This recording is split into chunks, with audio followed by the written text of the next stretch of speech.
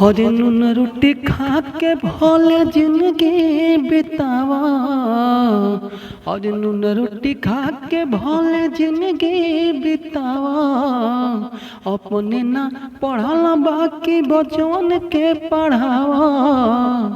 अरे अपने ना पढ़ल बाकी बचवन के पढ़ावा। पढ़ी लिखी सीखी उहे जग में महान बा।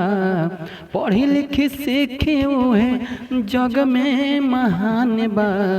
पढ़ लिख बबुआ कलमिए में जान बा। पढ़ लिख बबुआ कलमिए में जान बा। इहे पढ़ैया अम्बेडकर जी कईने घर घर शिक्षा क दीप जलईने।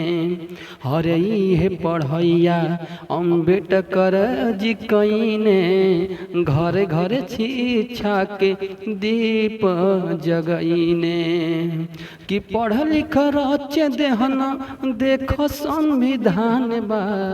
कि पढ़ लिख रच देहन देख संविधान बा। पढ़ लिख बबुआ कलमिए में जाने बा। पढ़ लिख बबुआ कलमिए में जाने बा।